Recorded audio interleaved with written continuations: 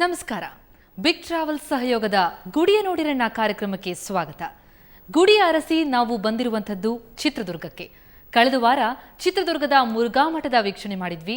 ಈ ವಾರ ಇಲ್ಲಿನ ಬೆಟ್ಟದ ತಾಯಿ ಏಕನಾಥೇಶ್ವರಿಯ ದರ್ಶನ ಮಾಡೋಣ.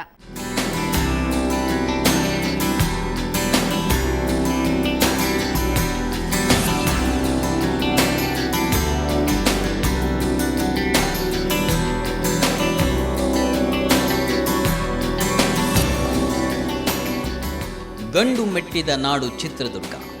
ಇದೊಂದು ಪ್ರಸಿದ್ಧ ಪ್ರೇಕ್ಷಣೀಯ ಸ್ಥಳ. ಇಂಥ ಕ್ಷೇತ್ರಕ್ಕೆ ನೀವು ಬರೋದಾದರೆ ಬೆಂಗಳೂರಿನಿಂದ ನೇರವಾಗಿ ಚಿತ್ರದುರ್ಗಕ್ಕೆ ಅನೇಕ ಬಸ್ಸುಗಳ ವ್ಯವಸ್ಥೆ ಇದೆ. ಇನ್ನು ಕರ್ನಾಟಕದ ಉತ್ತರ ಭಾಗದವರು ಇಲ್ಲಿಗೆ ಬರೋದಾದರೆ ಹುಬ್ಬಳ್ಳಿ ದಾವಣಗೆರೆಯ ಮಾರ್ಗವಾಗಿ ಚಿತ್ರದುರ್ಗವನ್ನು ತಲುಪಬಹುದು. ಕರ್ನಾಟಕದ ದಕ್ಷಿಣ ಭಾಗದವರು ಮೈಸೂರು ತುಮಕೂರು ಮಾರ್ಗವಾಗಿ ಚಿತ್ರದುರ್ಗವನ್ನು ತಲುಪಿಕೊಳ್ಳಬಹುದು. ಇಲ್ಲಿಗೆ ಬಂದವರಿಗೆ ಉಳಿದುಕೊಳ್ಳೋದಕ್ಕೆ ಸಾಕಷ್ಟು ಲಾಡ್ಜ್ಗಳ ವ್ಯವಸ್ಥೆ ಇದೆ. ಇನ್ನು ಹೈವೇ ಪಕ್ಕದಲ್ಲೇ ಪವಿತ್ರ ಪ್ಯಾಲೇಸ್ ಅಥವಾ ಅರಣ್ಯ ಲಾಡ್ಜ್ ಇದೆ. ಸಾಮಾನ್ಯರಿಗೂ ಕೈಗೆಟುಕುವ ದರದಲ್ಲಿ ಉಳಿದುಕೊಳ್ಳುವ ವ್ಯವಸ್ಥೆ ಇಲ್ಲಿ ಮುಗಿದು ಹೋಗುತ್ತೆ. ಚಿತ್ರದುರ್ಗಕ್ಕೆ ಹೋದ ಪ್ರತಿ ಯಾತ್ರಿಕನು ನೋಡಲೇಬೇಕಾದ ಸ್ಥಳ ಅಂದರೆ ಕಲ್ಲಿನ ಕೋಟೆ. ಪಾಳೆಗಾರರ ಪ್ರತಿ ಯುದ್ಧಕ್ಕೂ ಶ್ರೀರಕ್ಷೆಯಾಗಿದ್ದ ಬೆಟ್ಟದ ತಾಯಿ ಏಕನಾಥೇಶ್ವರಿ ವಿಚಾರ. ಆ ಮಹಾತಾಯಿಯ ದರ್ಶನವೇ ಇಂದಿನ ಗುಡಿಯ ವಿಶೇಷ.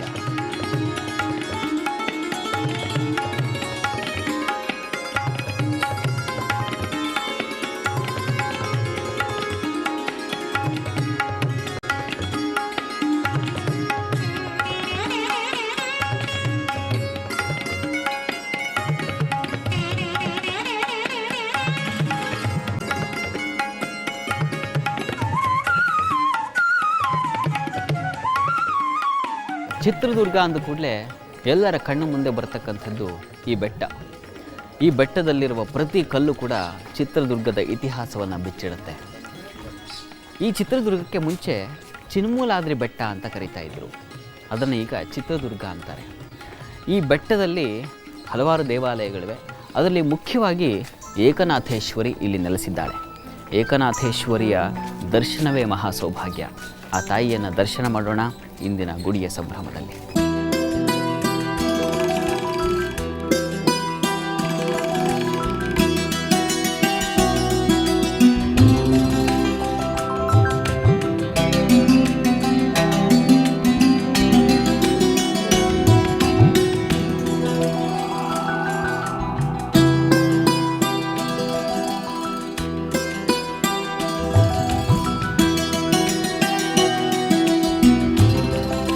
ಬೆಟ್ಟದ ಜಾಡನ್ನು ಹಿಡಿದು ಹಾದಿಯಲ್ಲಿ ಬರ್ತಾ ಇದ್ರೆ ಹಾವಿನ ಹಾದಿಯಲ್ಲಿ ಸಂಚರಿಸ್ತಾ ಇದ್ದೀವೇನೋ ಅನ್ನುವಂತೆ ಭಾಸವಾಗುತ್ತೆ.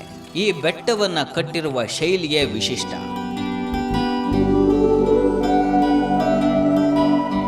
ನಮ್ಮ ಭಾರತೀಯ ಸಂಸ್ಕೃತಿಯ ಮೇರುಕೃತಿ ಅನಿಸಿಕೊಂಡಂತಹ ಮಹಾಭಾರತದಲ್ಲೂ ಚಿತ್ರದುರ್ಗದ ಉಲ್ಲೇಖ ಇದೆ.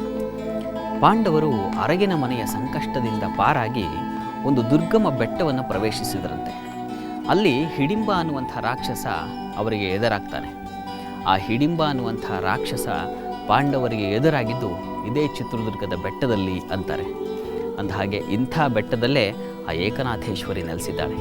ಆಕೆಯ ದರ್ಶನ ಇನ್ನು ಕೆಲವೇ ಮೆಟ್ಟಿಲುಗಳನ್ನು ಏರಿದ್ರೆ ಸಿಗುತ್ತೆ. ಬನ್ನಿ ಹೋಗೋಣ.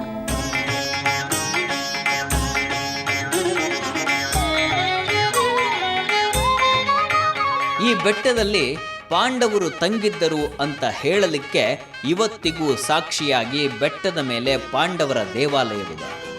ಇಂಥ ಪುರಾಣ ಹಾಗೂ ಐತಿಹ್ಯ ವಿಶಿಷ್ಟತೆಯನ್ನೊಳಗೊಂಡಂಥ ಈ ಬೆಟ್ಟ ನಿಜಕ್ಕೂ ಆಕರ್ಷಣೀಯ. ಇಂಥ ಕಲ್ಲಿನ ಕೋಟೆಯನ್ನು ನೋಡಲಿಕ್ಕೆ ಅದೆಷ್ಟೋ ಮಂದಿ ದೇಶ ವಿದೇಶಗಳಿಂದೆಲ್ಲ ಇಲ್ಲಿಗೆ ಬರ್ತಾರೆ.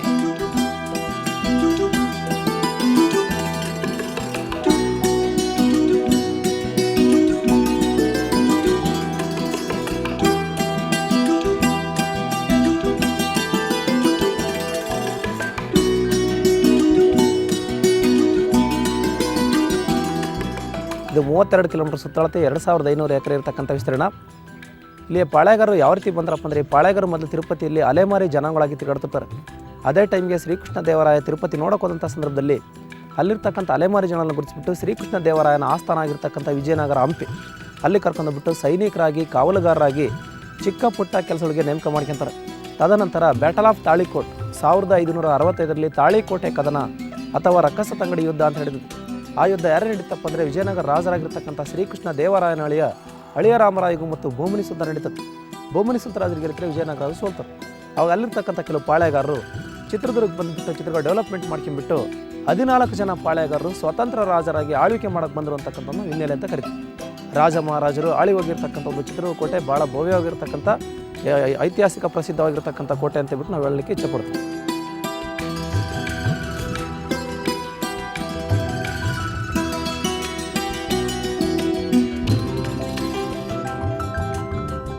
ಇಲ್ಲಿಗೆ ಬರುವ ಯಾತ್ರಿಕರ ಗಮನವನ್ನು ಸೆಳೆಯೋದಕ್ಕೆ ಇಲ್ಲೊಬ್ಬ ಸೆಲೆಬ್ರಿಟಿ ಇದ್ದಾರೆ. ನಮ್ಮ ನಾಡಿನ ಹೆಮ್ಮೆಯ ಸಾಹಸಿ ಅಂತಲೇ ಹೇಳಬಹುದು ಇವರನ್ನ. ಇವರ ಹೆಸರು ಜ್ಯೋತಿರಾಜ್.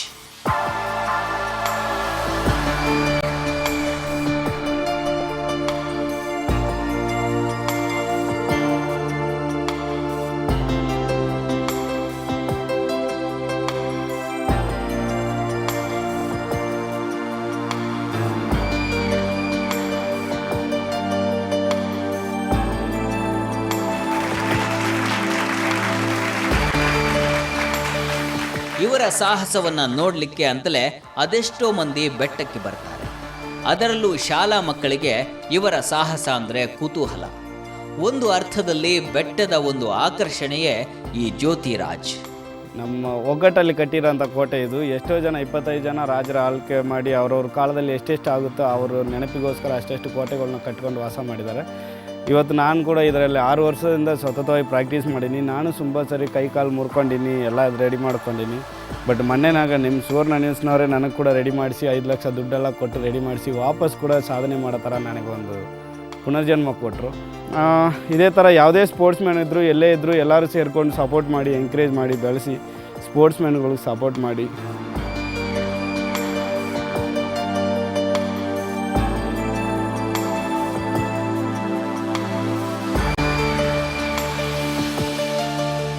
ನೀವೀಗೇನು ನೋಡ್ತಾ ಇದ್ದೀರಿ ಅದನ್ನು ಸೇನಾಧಿಪತಿ ಬಾಗಿಲು ಅಂತ ಕರೀತಾರೆ. ಪಾಳೆಗಾರರ ಕಾಲದಲ್ಲಿ ಸೇನಾಧಿಪತಿಗಳಿಗೆ ಇಲ್ಲಿ ಯುದ್ಧ ತರಬೇತಿಯನ್ನು ಕೊಡ್ತಾ ಇದ್ರು ಅಂತ ಹೇಳ್ತಾರೆ. ಇಂಥ ಹಲವು ಬಾಗಿಲುಗಳನ್ನು ದಾಟಿ ನಾವು ಮುಂದೆ ಸಾಗಿದ್ರೆ ಏಕನಾಥೇಶ್ವರಿಯ ದರ್ಶನವನ್ನು ಮಾಡಬಹುದು.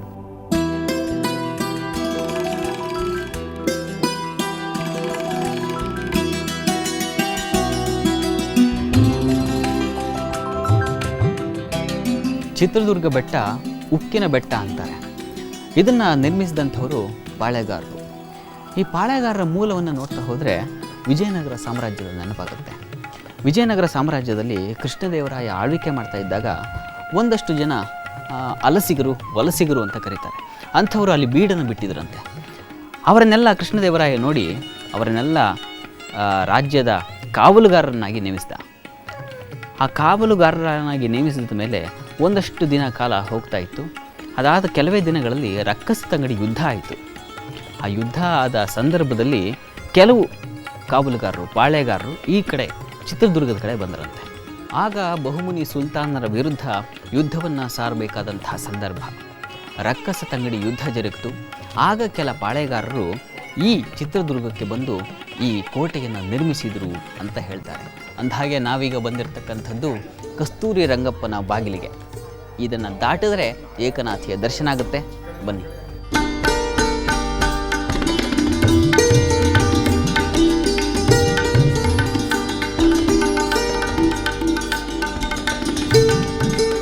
ಈ ಭಾಗದಲ್ಲಿ ಒಂದು ಗಾದೆ ಮಾತಿದೆ, ಕಾಲಿದ್ರೆ ಬೆಟ್ಟ ಹತ್ತು, ಕಣ್ಣಿದ್ರೆ ಹಂಪೆ ನೋಡು ಅಂತ.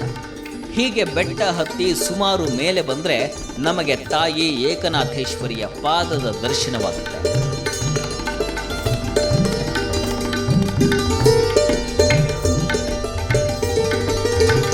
ಸುಮಾರು ಮೆಟ್ಟಿಲುಗಳನ್ನು ಹತ್ತಿ ಬೆಟ್ಟದ ತುದಿಯನ್ನು ತಲುಪ್ತಾ ಇದ್ದೇವೆ. ಇನ್ನೇನು ಕೆಲವೇ ಕ್ಷಣಗಳಲ್ಲಿ ಆಕೆಯ ದರ್ಶನ ನಮಗೆ ಪ್ರಾಪ್ತಿಯಾಗುತ್ತೆ. ಆಕೆಯ ದರ್ಶನಕ್ಕೂ ಮುನ್ನ ನಮಗೆ ಆಕೆಯ ಪಾದಗಳು ದರ್ಶನವನ್ನು ನೀಡುತ್ತೆ. ಇಲ್ಲಿ ಮುಖ್ಯವಾಗಿ ಈ ಪಾದಗಳನ್ನು ದರ್ಶನ ಮಾಡಿದರೆ ಆಕೆಯನ್ನು ದರ್ಶನ ಮಾಡಿದಷ್ಟೇ ಪುಣ್ಯ ಲಭಿಸುತ್ತೆ ಅಂತಾರೆ. ಮುಖ್ಯವಾಗಿ ವೃದ್ಧರು, ಪುಟ್ಟ ಮಕ್ಕಳು ಈ ಪಾದಗಳನ್ನು ದರ್ಶನ ಮಾಡಿ ಆಕೆಯ ದರ್ಶನವನ್ನು ಮಾಡಿದಷ್ಟೇ ಸಂಪ್ರೀತಿಯನ್ನು ಪಡೀತಾರೆ. ಆಕೆಯ ಪಾದಗಳ ದರ್ಶನವನ್ನು ನಾವು ಮಾಡೋಣ.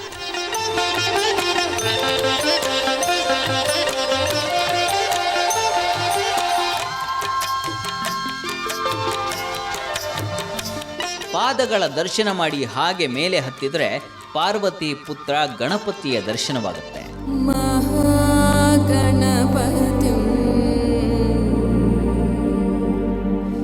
ಇಂಥ ಪುರಾಣ ಕಥಾ ಪ್ರಸಿದ್ಧನಾದ ಗಣಪತಿಗೆ ಇಲ್ಲಿ ನಿತ್ಯವೂ ನೆರವೇರುತ್ತದೆ ವಿಧ ವಿಧದ ಪೂಜೆ. ಗಣಪತಿ ಮನಸ ಸ್ಮರಾಮಿ ಮಹಾಗಣಪತಿ ಮನಸ ಸ್ಮರಾಮಿ ವಸಿಷ್ಠ ವಾಮದೇವಾದಿ ವಂದಿತ ಗಣಪತಿ ಮಹಾದೇವ ಸುತೋ ಗುರು ಗುಹ ವಿನುತೋ ಮಹಾದೇವ ಸುತೋ ಗುರು ಗುಹ ವಿನುತೋ ಮಾರಕೋಟಿ ಪ್ರಕಾಶೋ ಜಾತೋ ಮಾರಕೋಟಿ ಪ್ರಕಾಶೋ ಜಾತೋ ಮಹಾಕಾವ್ಯ ನಾಟಕದಿ ಪ್ರಿಯೋ ಪ್ರಸೀದ ಸರ್ವೇಶ್ವರಿ ಸರ್ವರೂಪಿಣಿ. ಬೇಡಿದ ವರವೀವ ಈ ತಾಯಿ ಚಿತ್ರದುರ್ಗದ ಜನತೆಯ ಪಾಲಿಗೆ ಮನೆ ದೇವತೆಯೇ ಆಗಿದ್ದಾಳೆ.